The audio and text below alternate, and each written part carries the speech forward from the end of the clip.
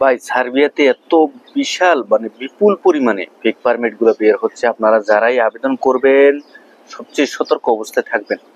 Fake approval দিয়ে আপনার ফাইলটা সাবমিশন করার পরবর্তী পর্যায়ে আপনাকে বলতেছে যে ভাই আপনার ফাইল তো আমি প্রসেসিং করে দিয়েছি, আপনার ফাইল তো অনলাইন হয়ে আছে, অনলাইনের জন্য জমা দিয়ে রেখেছি। এখন ফাইল যদি প্রসেসিং এ থাকে ওয়েবসাইটে বা সার্বিয়ার যে ওয়েবসাইট রয়েছে সেখানে যদি প্রসেসিং দেখায়, তাহলে সেটা তো আমার হাতের মধ্যে কোনো কিছু নেই।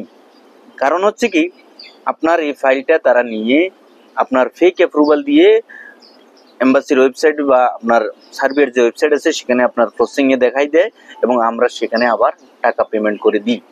স্টেপ বাই স্টেপ তারা এই ধরনের দুর্নীতিগুলো আমাদের সাথে করে থাকে এবং টাকাগুলো নিয়ে থাকে। অবশ্যই আপনাকে সতর্ক থাকতে হবে এই সমস্ত বিষয়ে। নতুবা যেখান থেকে এই ভিডিওটা দেখবেন, যদি আপনি এই ধরনের ক্ষতিগ্রস্ত হয়ে থাকেন তাহলে অবশ্যই আপনাকে সতর্ক অবস্থানে যেতে হবে। সাথে সাথে বলে রাখি, যারা নতুন দেখবেন অবশ্যই আপনাদেরকেও এই বিষয় সম্পর্কে খেয়াল রাখতে হবে। প্রচুর পরিমাণে হিউজ আকারের পাসপোর্ট অ্যাপ্লিকেশন সার্বিয়ার এম্বাসিতে জমা হয়ে আছে, বাংলাদেশিদের ভিসা দেওয়া হচ্ছে না।